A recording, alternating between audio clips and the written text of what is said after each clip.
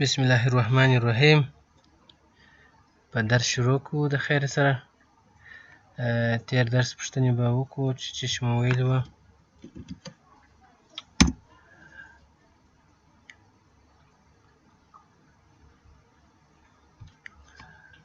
په تیر درس کې مو څه ویلي وه؟ په تیر درس کې مو د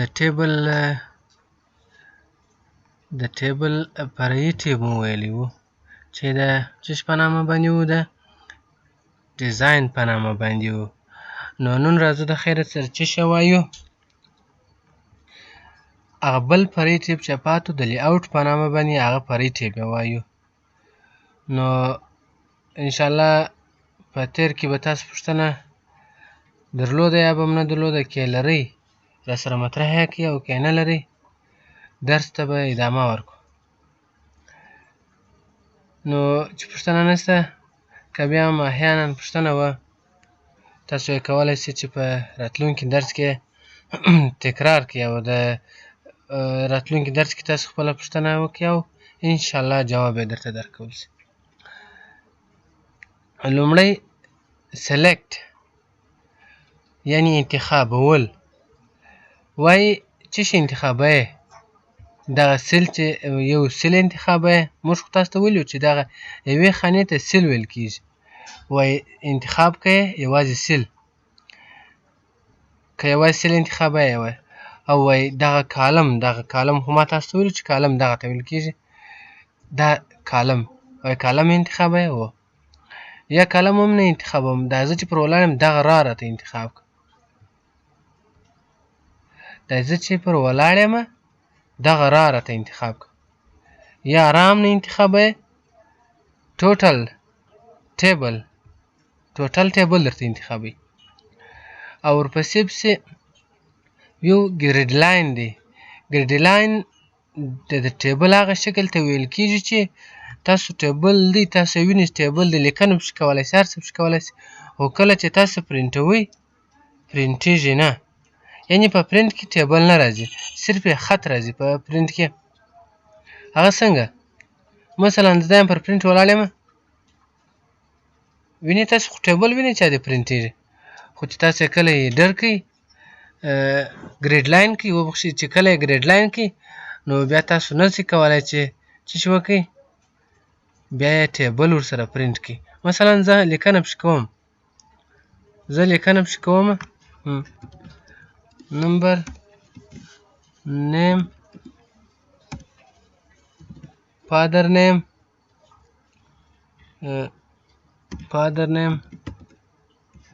خو زه صرف غواړم چې تاسو سر د خلاص کړم، نور لیکل ته به زما اړتیا نه وي، ځکه چې صرف یې هغه یو یادونه درته کوم.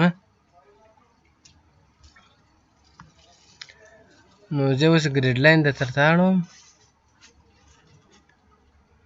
ټیبل ولې نه راولي؟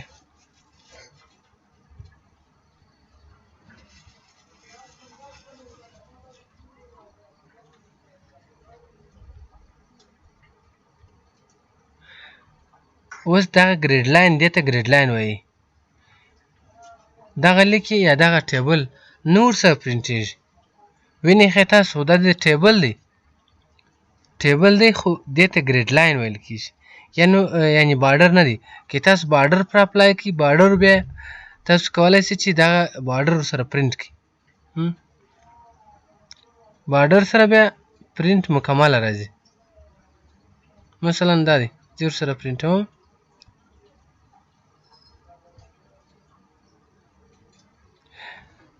انشاءالله کوم پوښتنه به نه وي، ځکه ډېر تفصیل یا ډېر په اصطلاح باندې نور وخت پر ضایع کول مناسبه نه بولم.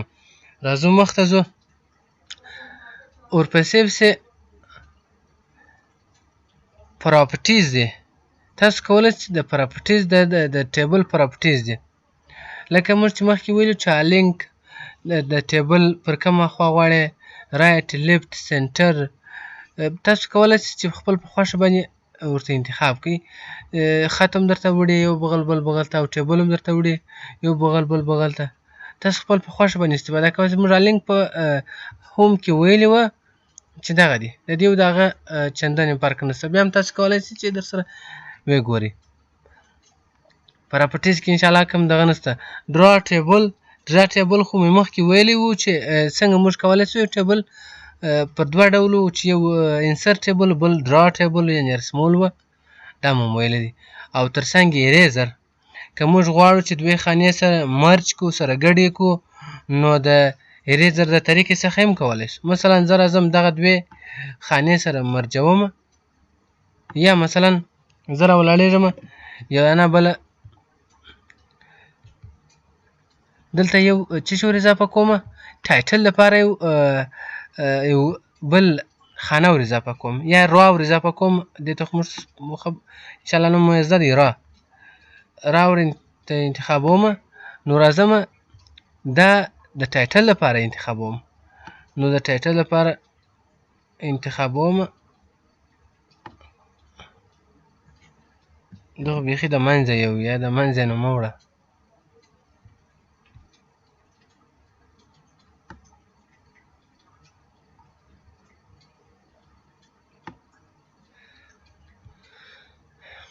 اوس دلته لیکم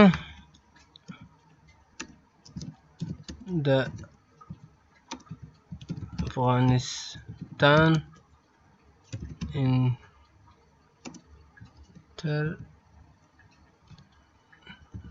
انټرنیشنل بانک، د افغانستان انټرنیشنل بانک دا مې ولیکئ. راځو منځ ته وړو،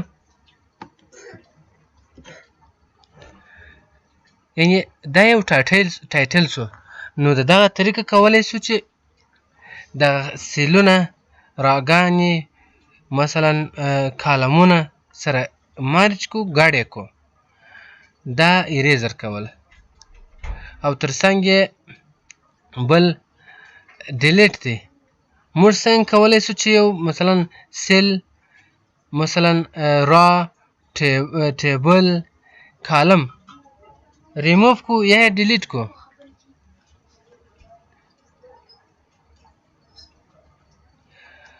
ریموف کو یعنې ډیلیټ یې کو. نو هغه په لی اوټ کې د لی اوټ د طریقې څخه او دغه کو چې دلته اوس موږ پر ولاړ یو ډیلیټ ټیبل. دلته کلیک پر وکړئ، تاسو غواړئ دغه سیل ډیلیټ کړئ. مثلا دغه د نمبر سیل چې موږ پر ولاړ یو دغه سیل ډیلیټوئ، ورته و دغه سیل ډیلیټوئ، دغه سیل یې درته ډیلیټ کړلی. ته زه دغه یو سیل ته رنګ ورکړم یا هایلایټ ورکړم، بیا به تاسو ته معلوم شي.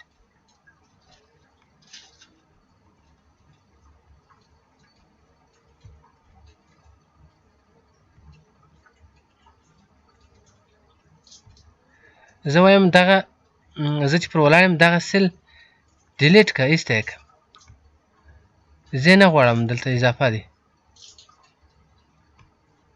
دا دې ایسته یې کړئ، د منځه یې وړئ. دلته یې ګورئ راکم کړله. زه ورته وایم مثلا دغه را راته ډیلیټ کړه، ایسته یې کړه. نو کولی شو دغه را د منځه یوسو. ګوره منځه یې وړله. او که زه غواړم زه پر دغه کالم ولاړ یم، مثلا دغه کالم چې زه پر ولاړ یم دغه کالم د منځه راته یوسه، ختم. او که غواړم چې مثلا ټوټل ټیبل غواړم ډیلیټ یې کړم، ټوټل ټیبل د منځه ولاړی. انشاءالله د دې په هغه کوم کارګردګي چې تاسو ورڅخه استفاده کوئ هغه به مو سره خلاص شوی وي. نو راځو بیا لیاوټ ته. ریموف دغه انسرټ، موف، انسرټ ولوف او انسرټ لیفت، انسرټ رایټ. دا موږ که غواړو مثلا موږ دلته خط لیکنه کړې ده،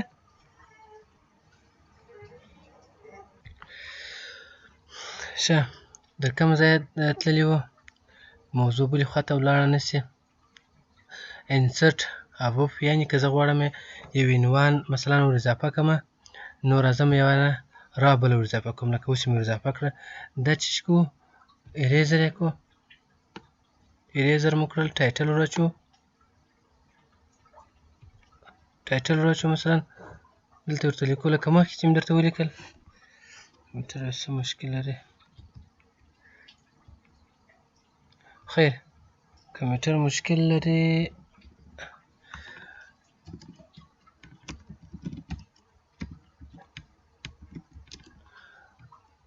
ګوره دا یو عنوان دی، ما ور واچوئ. کولی شئ دغسې یو عنوان ور واچوئ، نور لاندې نمبر دی مثلا او نیم دی، فادر نیم دی او نیم او ترڅنګ یې جاب او سالري ټوټل.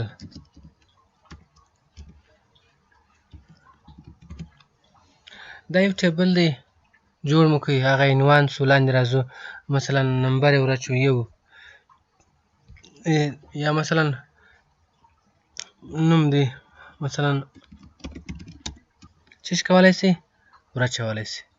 او بل دلته خو مرج خو موږ ویلی وو چې مرج څه دی؟ د یو څو خانو سره ګډولو ته ویل کېږي. چې کله تاسې سلیکټ کړئ نو مرج انتخابېږي. لکه دغه عنوان چې مو ګډ کړي سره، دا هم کولی شو چې لاندې مثلا لاندې څه ور اچوئ؟ سټیټس ور اچوئ.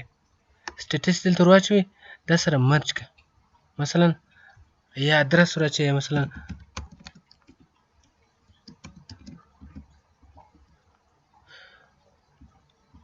ادرس ور اچوئ مثلا، یا بل شی ور اچوئ.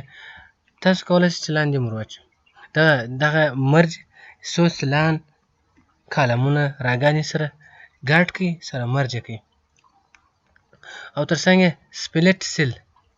دا سپلټ سیل دا داسې کار کوي که تاسو لیدلي په هغه ازریانو کې، یا مثلا په ای او پی ام کې یو ځای تاسو لیدلي وي چې په یوه خانه کې څو خانې نورې اډ کړي وي. تاسو کولی شئ څو خانې ور اډ کړئ، مثلا 3 ور اډوئ، 4 اډوئ، هر څو چې ور اډوئ تاسو په یوه خانه کې دونه سیلان اډولی شئ، نور کوچني کوچني سیلان اډولی شئ. یا مثلا که ځای تاسو لیدلي وي دغه شی چې ور اضافه کړی وي در دغه کوچنی کېږي، تاسې کولی شئ دغه کوچنی کړئ، سره نږدې کړئ خپل په خوښه باندې. بل هم ورته کوچنی کړئ. یعنې دا د دې لپاره کار کوي چې تاسو پی ام ای ام لاندې دا خانې ورته ور اچولي وي، دا سیل مو ور اچولی وي، برابر ټیک مارک وکړئ. نو دا د دغه لپاره کار کوي. تاسې خپل په خوښه باندې سره تاسې خپل په خوښه کارولی شئ. او ترڅنګ یې سپلټ ټیبل دی. دا بیا ټیبل پر دوو بڼو، یعنې دا معنی ګوره دغه نورې دغه کالم یې برداره کړلی، خط وایي برداره دې نه ځي، خط یې اټو فیکسډ کالم لاندې دې ولاړ شي. او ترڅنګ یې هغه اول چې و اټو فیکسډ کنټنټ، یعنې څونه چې زه لیکمه هغونه چې دی پراخېږي. پر دې باندې کلیک وکړئ چې څونه ته لیکنه کوې هغومره دی پراخېږي. او راځو دا مې مخکې هم ویلي، دا صرف یو تکرار دی.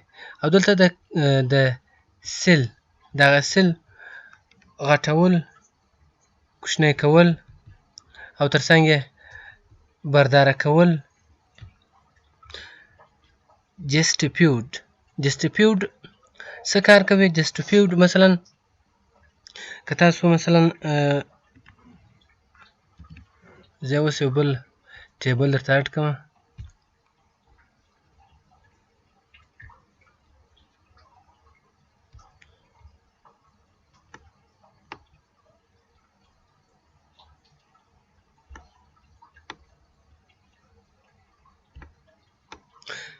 دغه غیر منظم دی، یعنې یو کالم برداره دی، یو کالم کوچنی دی، یو کالم غټ دی.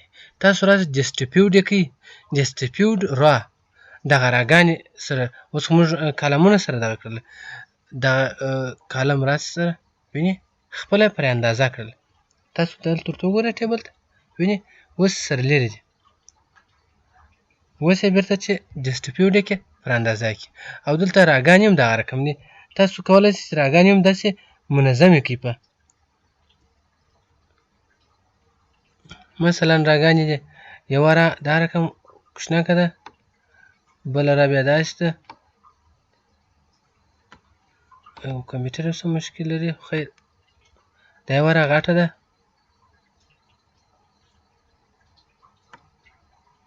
د بل رابع دا ولې ناسته کېږي د بل رابع دا رقم ده تاسو کولی شئ دا راګانې دا سره سمې کړئ په جسټیفیوډ را وینئ پوه سواست چې راګانې سره تغییر کړلې سره یو لیول یې کړلې د دغه کار کوي او ورپسې پسې الینک دی یعنې الینک موږ تاسو ته ویلي یو خط منځ ته یوسه خط رایټ طرف ته یوسه خط لیفت طرف ته یوسه مثلا دا خط دی تاسو کولی د ګور دا جاب دی دا پر کوم ځای ولاړ دی دلته دا سلیکټ کړه کومې خوا ته یې غواړې منځ ته یې غواړې لیفت ته یې غواړې رایټ ته یې غواړې که مثلا دغه اندازه غټه سي بیا هم درته وشي مثلا منځ ته سنټر ته یې غواړې ټاپ یې غواړې بټن یې غواړې لاندې تاسې خپل په خوښه باندې کارولی سي نو انشاءالله کې دې کې به هم پوښتنه نه وي او تر څنګ یې ټکسټ ډایرکشن وایو ټکسټ ډایرکشن څه کار کوي ټکسټ ډایرکشن دا کار کوي چې په ځینې ځایونو کې یا په ځینې حاضریانو کې به تاسو لیدلی وي چې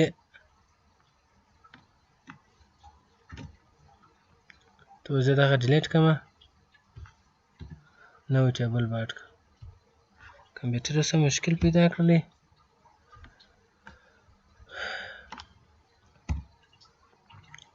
یا ټیبل را خلاص کړه ټکسټ ډایرکشن دا کار کوي مثلا یو ځای دی تاسو کار کوئ هلته یا حاضري جوړوئ نو راولئ پښتو لیکئ شماره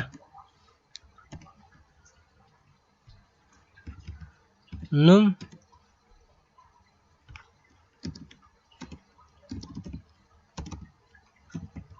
پلار نوم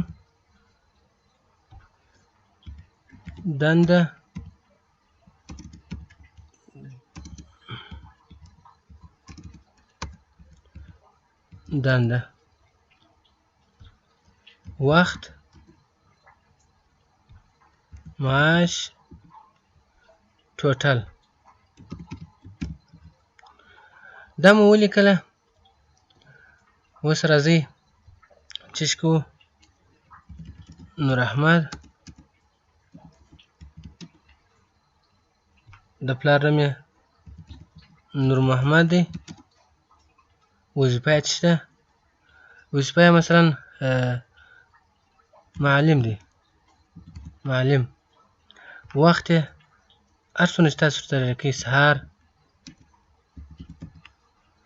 معاش یې څو دی مثلا 12,000 دی ټوټل یې تاسو بیا ورچوئ ټوټل یې مثلا اور ټایم درلودل یا اضافه کاري درلودل تاسو خپل په خوښه هغه هم ورچولی سئ صرف دا یې ما یو نمونه درته جوړه کړله دلته راځو شماره ورچوو مثلا دا شمېرې کالم یې ته غواړې چې دا کالم چې دی دا کوچنک کړې ځکه شماره دونه برداره کالم څه کوي او دا کالم بیا خپل په خوښه باندې دا لږ دغه رقم غټ کړې دلته خو موږ مخکې ویلو چې دا لینک پر اپلای کړئ چش کړئ دا به تاسو ته منظم کړي دا یې منظم کړي مثلا سټایل پسې ورکوئ راځئ سټایل ته سټایل خپل په خوښه رقم سټایل چې ورکوئ تاسو سټایل ورکولی سئ بولډوای سئ یا رقم چې تاسو سټایل کوئ هغه رقم سټایل ورکولی سئ پسې بولډ یې کړه یعنې دا یې بولډ نو شماره راولاړېږو چې د شمارې موضوع راځو چې د ډایرکشن ټکسټ ډایرکشن څه کار کوي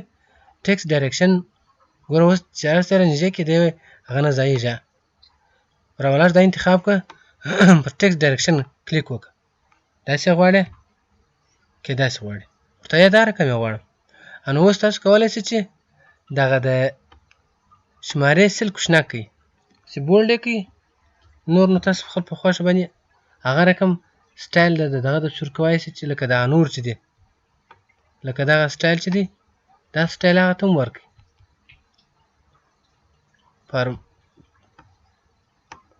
فارمټ پرنټر خو مو ویلي خو خیر دا دلته بیا اوس ورکړم دا شماره شول. یعنې که تاسو هغه شمېرې لیدلې وي دغه سایز یې جوړ کړی وي. دا تاسو کولی شئ نور هم کوچنی کړئ. څه د ستونزه لري کمپیوټر مې؟ نور هم کولی شئ تاسو خپل په خوښه کوچنی کړئ. دا د ټکس ډایرکشن وظیفه ده، یعنې خط سره ګرځول. هر رقم چې ګرځوي هغه رقم درته ګرځوي. دا د خط ګرځول کار شو. ورپسې پسې راځو چې شته مارجن. مارجن مې په پرنټ کې ویلی دی، فکر نه کوم چې دلته چې اړتیا ورته پیدا شي. تاسې مارجن ټاکئ، مثلا خط د صفحې په منځ کې راولئ، صفحې په سر کې راولئ، صفحه ټوله په نیسئ. دا مارجن دی. دا مو په پرنټ کې ویلی دی. که تاسو دغه ورته وګورئ دلته مارجن شته. دا موږ مخکې ویلی وو چې دغه دی. ګوره نورمال مارجن. دا موږ ویلو څه رقم صفحه غواړئ. دې ته انشاءالله ضرورت نشته. که چیرې بیا هم سوال وي تاسو یې کولی شئ. سورټ ته راځو. سورټ ما خو تاسو ته سورټ ویلی چې څه دی. ما ویل د ا څخه تر زیده پورې، زید څخه تر ی پورې نومان، شمارې، نمبرونه دا منظم کوي. هغه څنګه؟ اوس مثلا دلته څوک پوهېږي دی؟ رحمت الله.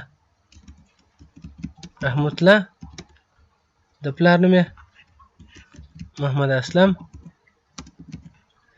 وظیفه یې څه شته؟ مثلا څه دی؟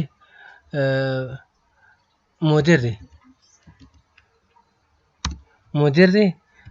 وخت یې څه وخت دی؟ مثلا ټوله ورځ دی. یا مثلا داسې ولیکئ سهار څخه تر ماښام پورې. یا مثلا که داسې لیکئ په انګلیسي کې بیا داسې لیکئ AM to PM د ماښامه پورې دی. یا آل ټایم ورته لیکئ، خو دلته هم ټوله وخت ورته لیکلی شئ. ټوله ورځ ورته لیکلی شئ. یا مثلا په انګلیسي کې آل ټایم ورته ویلی شئ. خو خیر دا تاسو خپل په خوښه ور اچوئ. معاش یې څو دی؟ معاش یې 100,000 افغانۍ دی. معاش یې 100,000 افغانۍ دی. دلته خو نمبر شته ده دی. دلته مو دا یو دی، دا دوم دی. وبخښئ اول، دا دوم دی. راځئ پر دې نمبرینګ اپلای کړئ. او نمبرینګ خو مو ویلی وو، نو دلته نمبر پر اپلای کړئ. نمبرینګ پر اپلای کړئ. دا ایسته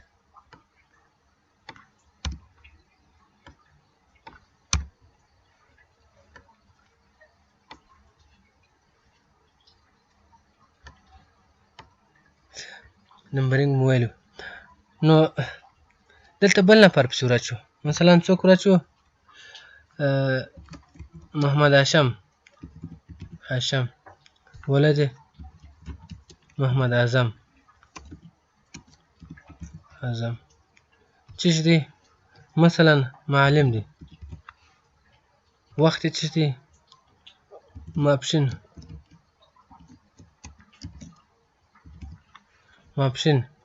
معاش یې څو دی؟ مثلا د ده معاش هم 12,000 دی، ځکه دی معلم دی.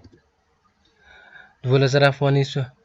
او اوس که غواړو چې مثلا دلته خو نومونه دي چې څخه دي؟ د ا څخه تر زیده پورې. یا مثلا د هاشم چې دی د دې معاش 14,000 افغانۍ دی، ځکه چې سورټ بیا درته اپلای کوو بیا هغه درته معلوموي. اوس راځو دا سورټوو. سورټ ته راځو. یعنې د سورټ معنا خو مې درته ویلې وه چې ا څخه تر زیده. اوس وایي تاسو چې کړي؟ وایي تاسو دوم کالم انتخاب کړی. دا دی دوم کالم انتخاب کړی دی. نمبر تاسو نمبر سورټوئ. نو اوس وایي تاسو چې زه ورته وایم هم د لوړ عدد څخه شروع کړه. یعنې د لوړ عدد د ا ټو زید. دلته زه ورته وایم ټو زید، یعنې د ټو ا زید، یعنې د لوړ عدد شروع کړه. راځه اوس یې درته لوړ عدد شمېرې والا لوړ کړي. درته 100,000 والا یې لوړ کړي، 14,000 والا یې په پسې کړي، او 12,000 والا یې اخري کړي. رحمت الله 100,000 وی هغه یې لوړ کړي. د محمد هاشم 14,000 وی هغه یې دوم کړي. او د نور احمد پیسې چې وی هغه څو وی؟ هغه 12,000 وی پای ته راوستې. همدغسې کټګورایز یې تاسو ته نمبر په نمبر راولي. که یوه افغانۍ هم فرق وي تاسو ته یې در معلوموي. او تاسو کولی شئ چې داسې سورټ هم وکړئ. اوس مثلا دا به زه بیا هغه درته راولم. اوس بیا زه راځم زه ورته وایم یا هغه راته لوړ که مخ ته یې که چې مثلا څه شی معاش یې لږ وي. ګوره دلته زه ورته وایم لږ راته. اوس به څوک نور احمد سر ته پورته کړي، محمد هاشم به پسې رحمت الله پای ته. انشاءالله دا خو په دې به سر خلاصوي. که د نامه د طریقې څخه یې غواړې نو د نامه د طریقې څخه هغه کس مخته راولي چې د ای په نامه باندې نوم شروع سوی وي، د الفبې په دغه باندې الفبېټ باندې که پښتو اوس مثلا وایي تاسو شپږم کالم انتخاب کړی دی، دا دلته لیکلي شپږم کالم. تاسو څه کوئ؟ ټکسټ یعنې تاسو خط انتخاب کړی دی، لیکنه مو انتخاب کړې ده. زه ورته وایم د څه شي که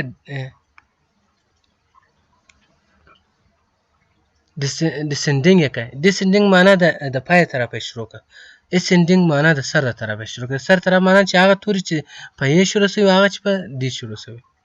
اوس به دا رقم دی ځکه په دې کې داسې توري نشته چې زه یو دانه له ascending کم درته.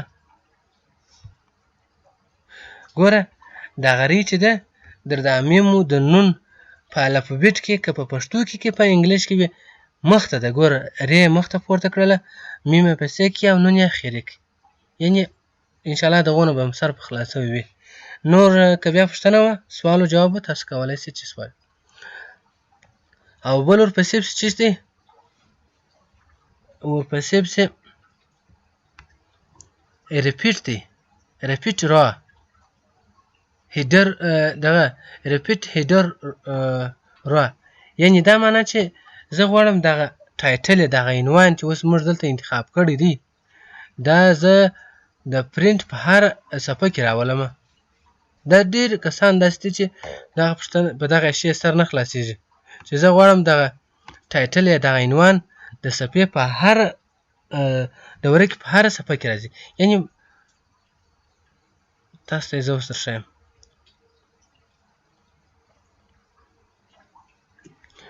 اوس راځئ ګورئ څو پیجه ماټ کړي دي. دا اول پیج دی، دغه اول دی 2 صفرونه ډېر پاته. چې کله دوم پیج اډ شو بیا تاسو ته ګوره د خط دوم پیج ته راغلی. دا اوله صفحه د سر عنوان لري، دغه عنوان لري، دغه عنوان لري. او دغه دومه صفحه خو عنوان نه لري.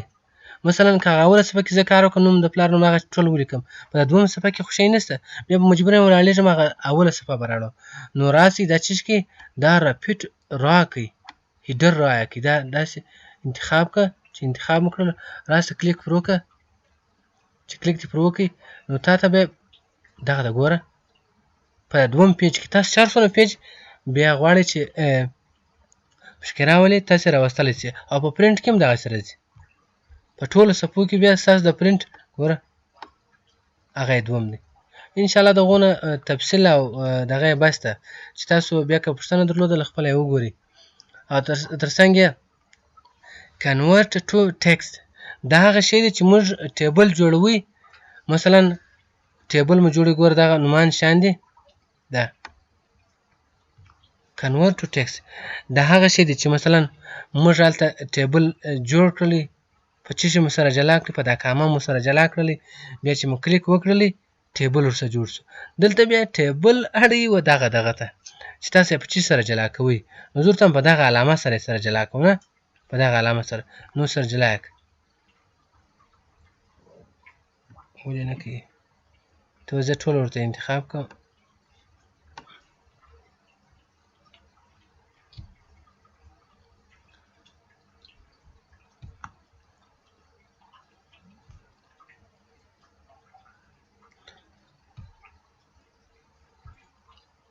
ګوره سره جلا یې کوي. هغه علامه یې درته ښکاره نه کړله، خو دا هغه شی دی چې موږ هلته مخکې ویلي وو. تاسو کولی شئ چې بیا یې وګورئ، در سره اپلای یې کړئ. مثلا دغه یې ټیک مارک ورکړه، ورته په دغه علامه یې سره جلا کړه. ګوره په دغه علامه یې سره در سره جلا کړل.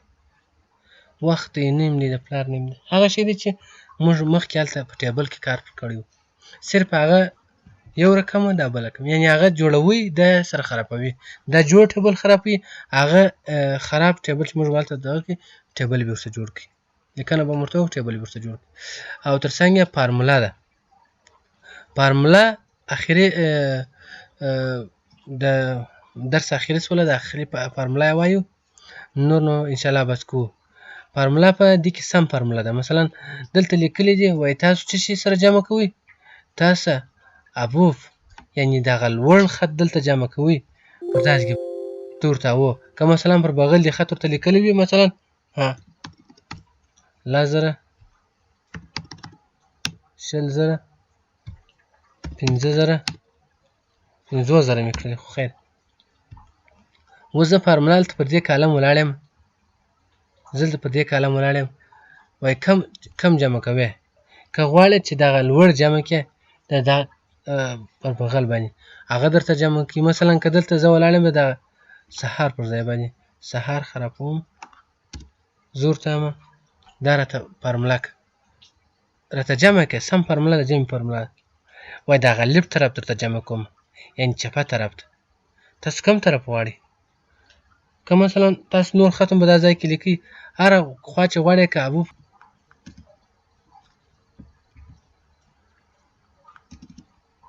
سپیلینګ یې راڅخه هېر شو، خو خیر تاسو هر طرف غواړئ جمع کړئ، تاسو یې کولی شئ اتومات یې جمع کړئ. دا یې د جمع کېدو لار ده، وینئ ABOVE دغه کولی شئ ګوره د 100,000 14,000 12,000 ټوټل 45,000 راغللې، دغه یې د فارمولې وه. نو نور مو درس خلاص کړئ، که پوښتنه وه په راتلونکي درس یا په راتلونکي ویډیو کې به بیا حل کوو.